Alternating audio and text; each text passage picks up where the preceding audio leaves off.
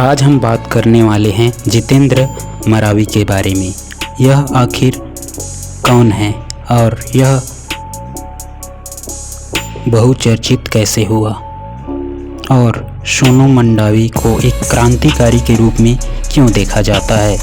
आपके इन सारे सवालों के जवाब इस वीडियो में आपको मिलेगा, इसलिए इस वीडियो को पूरे अंत तक ज़रूर देखें। चलिए स्टार्ट करते हैं। रुद्र मंडावी लिखते हैं कि यह मेरी नैतिक हार थी और यह हार बर्दाश्त नहीं कर पाया, पर यह कदम मैंने डर के नहीं उठाया है। बस उन लोगों की आंखें खोलने के लिए यह कदम उठाया है और इसकी पूरी जिम्मेदारी समिति वालों की है। सभी साथियों से क्षमा चाहूँगा कि लड़ाई बीच में छोड़कर जा रहा हूँ। एक बात याद रखना कि क्रांति हमेशा शहादत मांगती है। मैं इसी शहादत को पाने की इच्छा रखता हूँ। अब पुरखों की इज्जत से खिलवाड़ करने वालों की खैर नहीं होना चाहिए। यह दुर्गा पूजा मुझे दिन रात तोड़ रही थी। लगा 55 दिन का बलिदान व्यर्थ गया। मैं साथियों से क्षमा चाहूँगा। मेरी अधूरी लड़ाई जोर शोरों से मैं हमेशा आप सभी के साथ हूँ। उन तमाम लोग जो मुझसे जुड़े हुए थे से मैं पुनः माफ़ी मांगता हूँ। मैं घर वालों से भी माफ़ी मांगता हूँ कि मेरी वजह से आपको शर्मिंदा होना पड़ा। बस यह आखिरी तकलीफ़ दे रहा हूँ, इसके बाद और नहीं। मेरा शरीर का चीर फाड़ न किया जाए, यह मेरी इच्छा है। सोनू मंडावी ने अपनी सुसाइड नोट में ऐसा लिखा था। आइए अब बात कर लेते हैं कि सोनू मंडावी ने आखिर सुसाइड क्यों किया।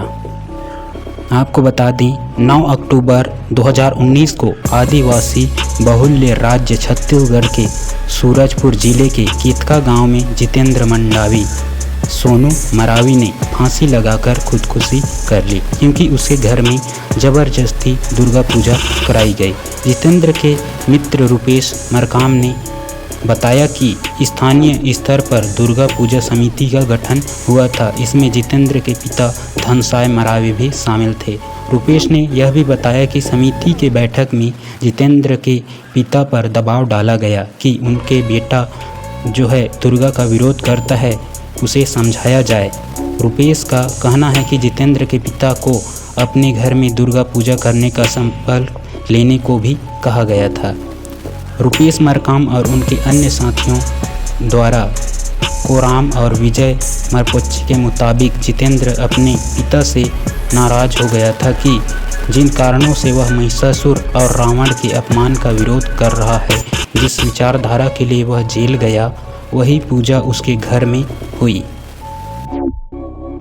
आपको बता दें, साल 2018 में जितेंद्र के खिलाफ सूरजपुर थाने में मामला दर्ज कराया गया था कि उसने दुर्गा पूजा पर आपत्तिजनक पोस्ट की है।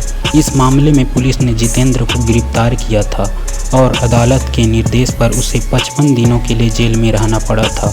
जितेंद्र ने अपनी पोस्ट में अपने पुरखे रावण और महिषासुर की महानता का जिक्र किया था। सोनू लिखते हैं कि मेरा आदिवासी होना काफ़ी है मेरी हत्या के लिए। नक्सली व मुखबिर होना तो बस बहाना है। मेरी माटी पर है नज़र तुम्हारी। विकास व समरसता तो बस फसाना है। आपको बता दें कि जितेंद्र ने अपने साथियों के साथ मिलकर स्थानीय जिला अधिकारी को ज्ञापन सौंपा था, जिसमें उसने लिखा था कि आदिवासियों मूल निवासियों के पूर्वज असुर राजा गोंडवाना सम्राट महिषासुर की प्रतिमा को दुर्गा की प्रतिमा के साथ रखकर दुर्गा द्वारा हिंसा दिखाकर अपमानित किया जाता है, जो सिर्फ असुर राजा महिषासुर का अपमान नहीं है बल्कि आदिवासी मूल निवासी समाज का भी अपमान है। यह कहीं से भी न्यायसंगत नहीं है। समाज आदि अनादिकाल से अपनी आराध्य शक्ति के रूप में गोंगो पूजा करते आ रहे हैं। इसलिए महाराज रावण पेन की प्रतिमा को हर वर्ष विजयदशमी के दिन ना जलाए जावें। इस पर प्रशासन द्वारा तत्काल रोक लगाई जाए। हम मांग करते हैं कि धर्म, मूल वंश, जाति, लिंग तथा जन्म स्थान के आधार पर विभेद न किया जाए तथा भारतीय संविधान के अनुच्छेद 15 में दिए गए अधिकारों का पालन किया जाए। अगर जिले में कोई संगठन दुर्गा पूजा समिति महिषासुर की प्रतिमा दुर्गा के साथ लगाकर हिंसा को दिखाता है या बुराई के प्रतीक के रूप में महाराज रावण को जलाती है तो उसके खिलाफ तत्काल कानूनी कार्यवाही की जाए। प्रशासन द्वारा इस संबंध में स्वतः कार्यवाही न करने की स्थिति में समाज को रोड पर आकर कानून सम्मत कार्यवाही करने के लिए बाध्य होना पड़ेगा, जिसकी जिम्मेदार प्रशासन खुद होगा। आपको बता दें कि छत्तीसगढ़ के अलावा मध्य प्रदेश, उड़ीसा, बिहार, झारखंड, तेलंगाना, आंध्र प्रदेश, महाराष्ट्र और गुजरात सहित कई राज्यों में आदिवासी महिषासुर और रावण को अपना पुरखा मानते हैं। गोंड परंपराओं में रावण को पेन या पुरखा माना जाता है। गोंडी भाषा में पेन का मतलब पुरखों की आत्मा है। पिछले एक दशक में आदिवासी इलाकों में जल, जंगल और ज़मीन के लिए संघर्ष के तेज होने के साथ ही सांस्कृतिक अस्मिता का सवाल भी प्रभावकारी तरीके से उठने लगा है। यही वजह रही कि गोंड इलाकों में आदिवासी दुर्गा पूजा के दौरान महिषासुर और रावण के वध को अपने पुरखों का अपमान कहकर विरोध दर्ज कराई जा रही थी। यहाँ के आदिवासियों के ब्रह्मचारिणी का इतिहास ज़्यादा पुराना नहीं है। 1 सितंबर 2019 को आदिवासी रीजेंस नामक की वेबसाइट में प्रकाशित अपने एक लेख में जितेंद्र लिखते हैं, सन 1951 के आते तक सरगुजा क्षेत्र में राजमोहिनी देवी के नेतृत्व में एक आंदोलन शुरू हो चुका था। यह कांग्रेस पार्टी द्वारा समर्पित था, जिसमें हिंदू धर्म, राष्ट्रवाद और गांधीवादी विचारधारा का प्रचार किया गया।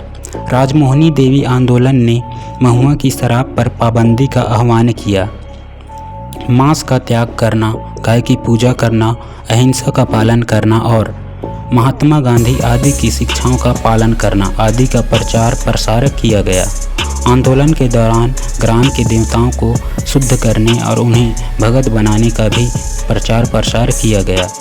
इस प्रकार गांव में हिंदू धर्म का प्रचार प्रसार किया गया। इस क्षेत्र के ज़्यादातर गोंड आदिवासी परिवार राजमोहिनी देवी के आंदोलन के प्रभाव में आए और जितेंद्र परिवार भी इससे अछूता नहीं रहा है। हिंदू मान्यता के विपरीत छत्तीसगढ़ के गोंड आदिवासी कोया पुनेम दर्शन को मानते हैं। इस बारे में गोंडी संस्कृति, परंपराओं और भाषाओं के प्रख्यात अध्येता डॉक्टर मोतीरामन कंगाले ने विस्तार से लिखा है। अपनी पुस्तकों में उन्होंने बताया है कि गोंड संस्कृति में एक त्यौहार है जिसे मेघनाथ पूजा कहते हैं। इस त्यौहार के बारे में गोंडी मान्यता है कि मेघनाथ रावण के प्रतापी पुत्र थे, जो दाई कली कंकालिन के भक्त थे और निशस्त्र होकर एकांत में उनकी पूजा करते थे। इसी पूजा के दौरान राम और लक्ष्मण नामक आर्य योद्धाओं ने उन्हें छलपूर्वक मारा था। यह कथा ब्राह्मणी हिंदू साहित्य में भी पाई जाती है, जिस पर हिंदू गर्व करते हैं। आज भी गोंड समुदाय के गीतों में पूरी घटना दोहराई जाती है। छोटा नागपुर के असुरों में या उत्तर प्रदेश के महोबा जिले के महिषासुर मंदिर के आसपास के या छत्तीसगढ़ और झारखंड के अनेक मूल निवासी समुदायों के लिए महिषासुर एक सच्चाई है। उनके लिए महिषासुर न केवल एक प्रतापी राजा, पूर्वज और मिथ्यकी चरित्र है, बल्कि एक महाशक्तिशाली शूरवीर भी है। कई जनजाति समाजों में आज भी महिषासुर की पूजा की जाती है। झारखंड के असुर स्वयं को महिषासुर का वंशज मानते हैं और महिषासुर सहित मेघनाथ, रावण और अन्य असुर माने जाने वाले वीरों की पूजा की जाती है। आप सभी को याद हो कि जितेंद्र केवल सांस्कृतिक सवालों को लेकर ही सक्रिय नहीं था, बल्कि वह अन्य सवालों को लेकर भी युवाओं को जागरूक कर रहा था। आपको बता दें कि 28 सितंबर 2019 को करीबन 10:30 बजे रात को उन्होंने एक पोस्ट लिखा, जिसमें उसने लिखा था कि अपन माटी ला बचाए खातिर हो मैं अलग वादी। अगर मोर संस्कृति के पंथी सुआ कर्मा के हत्या करे खातिर राष्ट्रीयता के नाम म मोर लइका मन ला जबरदस्ती भक्ति के माहौल बना के गैर छत्तीसगढ़िया नाच गाना सिखाहूँ त मैं ओकर जोरदार विरोध करहूँ। यही कारण है आज पूरे राज्य में नौकरी खातिर 100% आउटसोर्सिंग होवत है और सब्बो छत्तीसगढ़िया युवा बेरोजगार घूमत है। काबर के तहु मन अपन छत्तीसगढ़िया स्वाभिमान ला खत्म करे म परदेसिया मन के साथ देवत हो। ये सब बात से कोई राष्ट्रवादी मोला अलगावादी सोच के हव कीथे त अपन माटी ला बचाए खातिर हो मैं अलगाववादी। मोर बर मोर माटी संस्कृति और भाषा सर्वोपरि है। जय जोहार, जय छत्तीसगढ़। आप सभी को बता दें कि गोंडी साहित्य की चर्चित अध्येता चंद्रलेखा कंगाले मानते हैं जितेंद्र मंडावी ने भले ही खुदकुशी की हो लेकिन यह असल में हत्या है। वे लोग जो हमारे धर्म और संस्कृति पर वर्चस्व कायम करना चाहते हैं उन्होंने इसे अंजाम दिया है। ऐसा 1947 के पहले भी होता था और आज भी हो रहा है। तो उम्मीद करते हैं कि आप सभी को सोनू मंडावी के बारे में पूर्ण जानकारी मिल गया होगा।